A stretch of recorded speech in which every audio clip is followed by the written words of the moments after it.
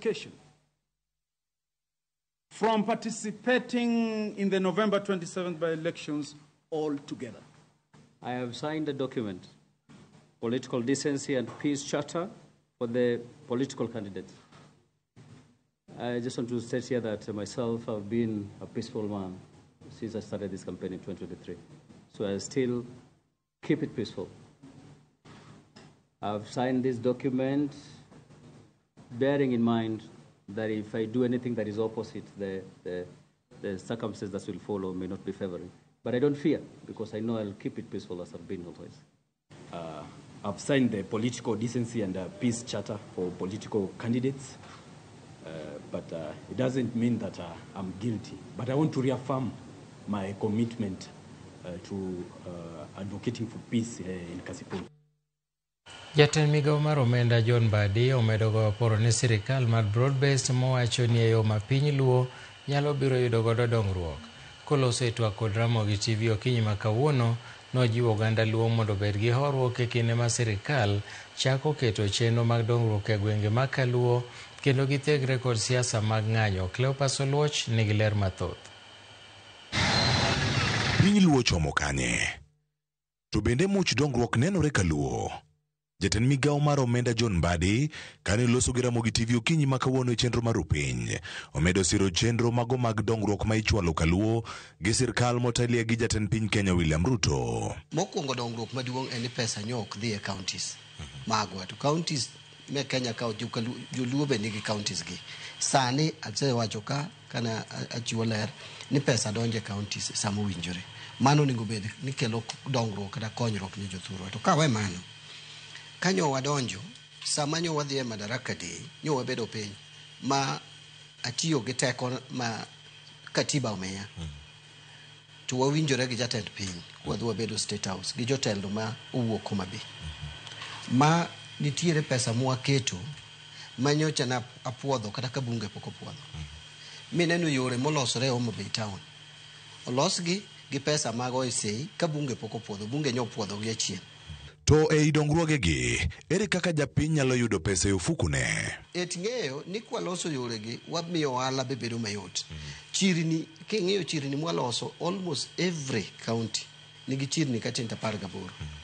King'iyo dho nembe, sani Muhuru Bay nitie $400,000 mwasepuodho ne Kenya Ports Authority mondo los kanyo paya.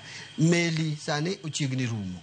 Magi biro miyo joge wa tich. Nikech mane yo ma pesa nyalo donjogo e mfuko. Onge yo machielo ma pesa biro donjogo e mfuko jowa ka ok okadho kuom yore mag manyo nweng'o kaluwore gi lwasi maber mwaketo ne jothurwa. Mbadi olero ni piny luo nyaka sani go kwan mar yudo telo maduong' e higni mabiro to ok endara. En ni nyaka wago kwan nikech siasa ka en go kwan. Onge political party ma en NGO. Political parties ok gin NGOs, ok wan civil society pressure groups ma wasike street ma ne wa demonstrate. Street wadhiye mana ka there is need ni koro wadhiye street.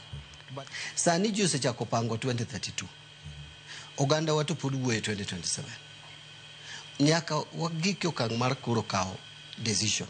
John Mbadi bende olero ni jopiny onego bed gi horuok e kinde ma girito neno much dongruok e gwenge. To gigi jowa paro ni gigi higa achiel ni nonego bed ni gigi osetimore te morumo, ok nyalre. Gigi biro kawo muda. Wachako gidhi yore gi kochaki biro tieko higa 3 mondo girum. Rice farming ni biro kawo budget moko 2 mondo wachop kama wadwa ni wachopie. So jowa obed gi horuok to jowa obed gi focus. Mondo dongruok ochop kare, somo en gino maber. Somo itayo gi jopuonj. Jopuonj gi ni kod penjo kotenore gi orak margi ahinya mago mag JS manyaka sani neno ni sirkal ojwang'ogi.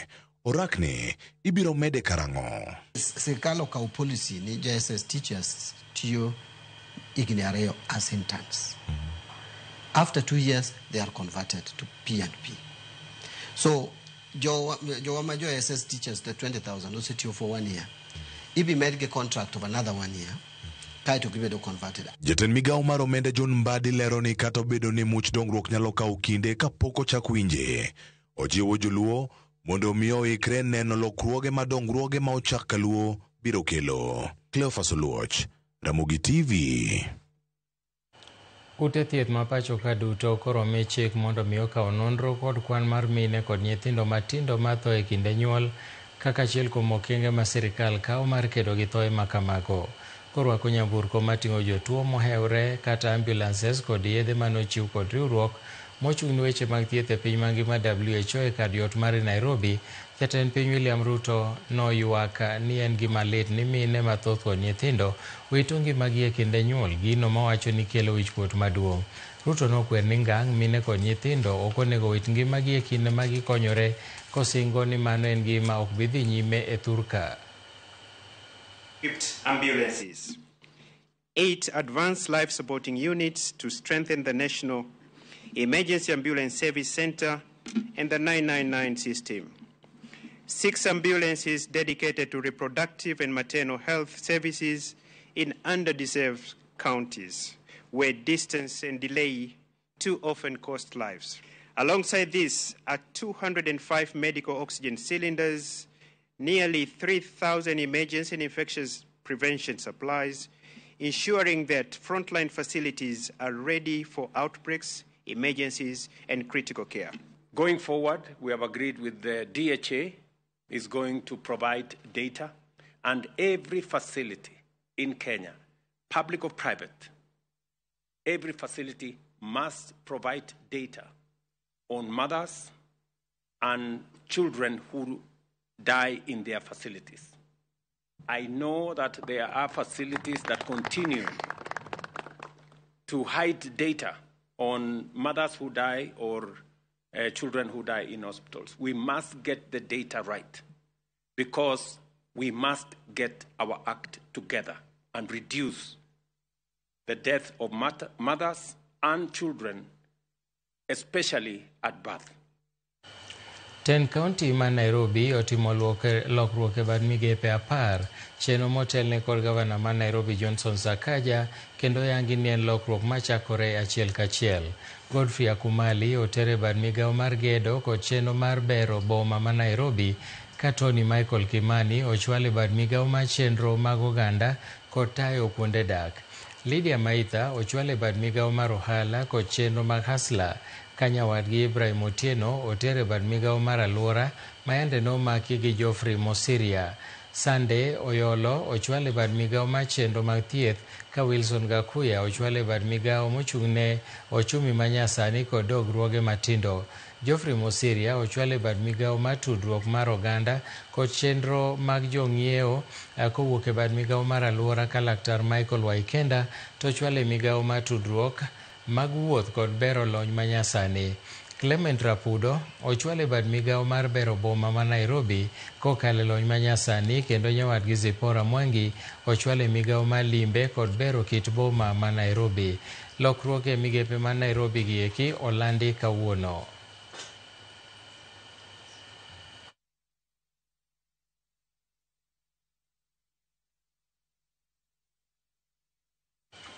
Jodak e gweng' ma Wiga e kar chung' od bura ma Homa Bay Town dwa ni jotelo kod jolony e sektas mopogore opogore e kar chung' od bura no makre kanyakla mar riwo wi oganda jokanyada kod chwalo chenro mag dongruok mopogore ne jopiny. Kwayo mar jodak ma Wiga obiro kaluwore gi pogruok mosebedo e kinda moko kuom jolony mawuok Kanyada kod jaod bura ma Homa Bay Town Peter Kaluma kaluwore gi bura ma jolony go nobedo godo dwe mokalo. Romo makamano manochan gi jolony mawuok Kanyada e bwo riwruok margi mong'ere kaka Nyadara Lake ne okelo pogruok ka jaod bura ma Homa Bay nosiemo jolony manochano bura no kokoni gionge kod ajenda mar riwo wi oganda jokanyada. Jodak ma Wiga e romo margi okwedo weche makamago ka gikoni dwaro margi en neno ni gibedo kod riwruok kendo gibedo e achiel mar oganda.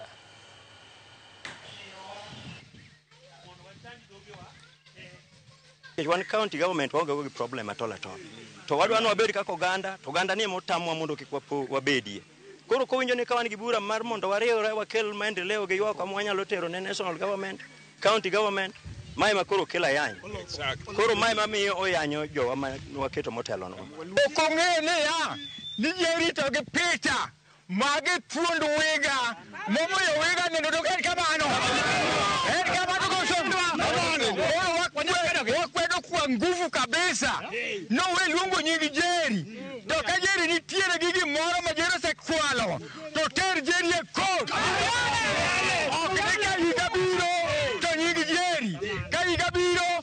gipita. Wakwedo gino kaka jo wiga.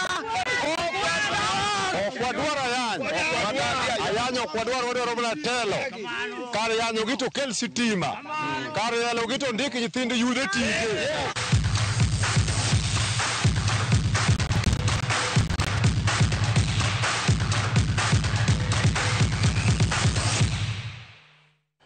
Tim mar Somali nyowuok chien modhi amodhi gol 1-1 gi tim mar Kenya e tuke mag laro thuolo mag AFCON mar jotugo manie bwo higni 17.